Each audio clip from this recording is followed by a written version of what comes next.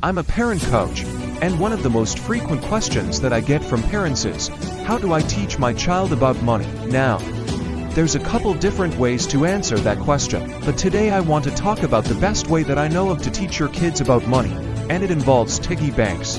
Piggy banks are not just for holding coins.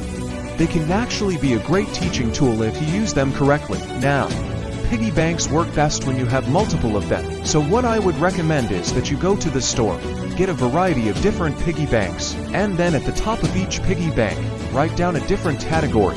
For instance, one of the categories could be savings, another could be spending, another could be giving, and another could be investing. And you might be saying to yourself, why do I need to teach my kid about investing? Kids don't need to invest.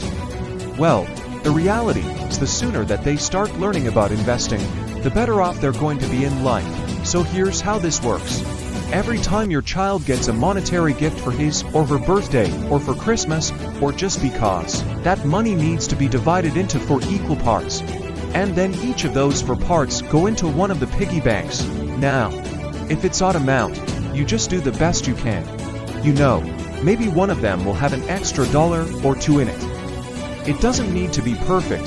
This is just a general guideline. So let's say that your child receives $20. That means that $5 goes into each of the 4 categories. If your child receives $100, then $25 goes into each of those categories. So the child learns very quickly that when they receive money, it doesn't all get to spend. Some of it has to be saved. Some of it can be spent. Some of it has to be given. And some of it can be invested. This is a really fun way for kids to learn about money because they get to see it visually. They get to see the money grow in the piggy bank. And then when they're older, they can even help you pick out the investments that they want to put their money into. They might want to buy stock in a company that they like, or they might want to buy some cryptocurrency. Whatever it is that they decide to do, they need to understand that when they get money, there are things that they can't buy immediately. They have to wait until payday, which is when that 4th piggy bank, the investing piggy bank, gets filled up. Then they can take that money and invest it in something that will hopefully grow over time.